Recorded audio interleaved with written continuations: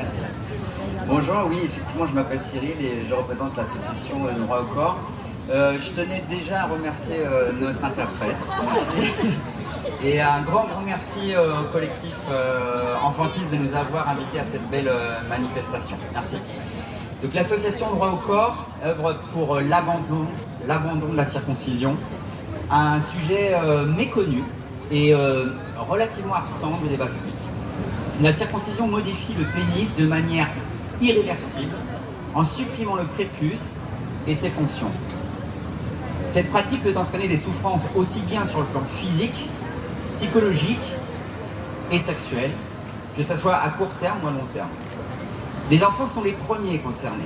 Plusieurs millions par an dans le monde, plusieurs dizaines de milliers rien qu'en France. Aujourd'hui, dans ce pays, certains enfants sont même circoncis par des non-chirurgiens, voire des non-médecins, et parfois même sans anesthésie. Des enfants en ressortent avec des pénis gravement mutilés. Notre association est d'ailleurs partie civile dans une affaire en cours à Bordeaux, où des circoncisions d'enfants ont entraîné de graves complications. Évidemment, la question du consentement est au cœur du débat sur la circoncision. Droit au corps n'est aucunement opposé à cette pratique. Dès lors que l'individu concerné est apte à donner son consentement libre et éclairé. C'est pourquoi notre association appelle à un débat public sur les conditions du consentement de la circoncision. Notre argumentaire est le suivant. La circoncision est irréversible. Effectivement, un individu qui regrette d'avoir été circoncis ne peut pas revenir en arrière, alors que l'inverse est possible.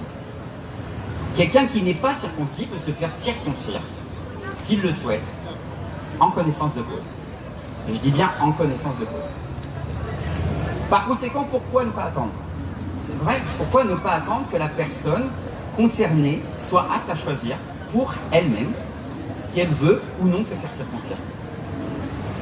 En 2019, Droit au corps a lancé un appel au gouvernement français et a obtenu une impressionnante diversité de signatures publiques.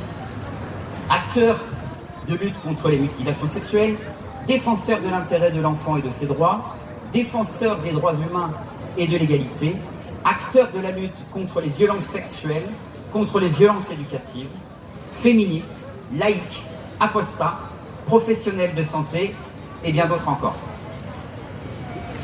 Alors ces soutiens sont très encourageants, certes, mais nous appelons à aller plus loin. Il est grand temps que les acteurs progressistes s'emparent de cette cause avec conviction et la portent à bras le corps. Tous les enfants devraient être protégés de la même manière, égale, contre les modifications sexuelles non consenties et non nécessaires médicalement. Alors bien sûr, lorsqu'une pratique est ancrée dans la tradition depuis des siècles, le changement est difficile. Mais une évolution culturelle est possible. Chaque jour, des parents abandonnent la pratique de la circoncision dans l'intérêt de leur enfant et de l'adulte qu'il deviendra d'ailleurs. Vous toutes et tous ici présents, et vraiment, je vous en remercie au nom de l'association Droit au corps et du collectif Enfantiste, vous tous, nous tous, nous pouvons contribuer à mettre fin aux souffrances engendrées par la circoncision. Alors, venez nous rencontrer, échanger avec nous, vous informer sur le sujet. Parlez-en autour de vous aussi pour lancer le débat. Et vous pouvez nous retrouver sur le site droitaucorps.com et sur nos réseaux sociaux. Je crois que vraiment ensemble, nous pouvons changer les choses. Pour terminer, j'en finirai en citant Brian Earp, chercheur en bioéthique à l'université d'Oxford. Chacun devrait avoir le droit de décider de ce qu'il advient de son anatomie sexuelle, quelle que soit la couleur de sa peau ou la taille et la forme de ses organes génitaux. Merci de votre attention, merci de nous soutenir et merci de soutenir le droit au corps. Merci. Bravo! Bravo, merci! Allez, plus que 2 discours et c'est fini.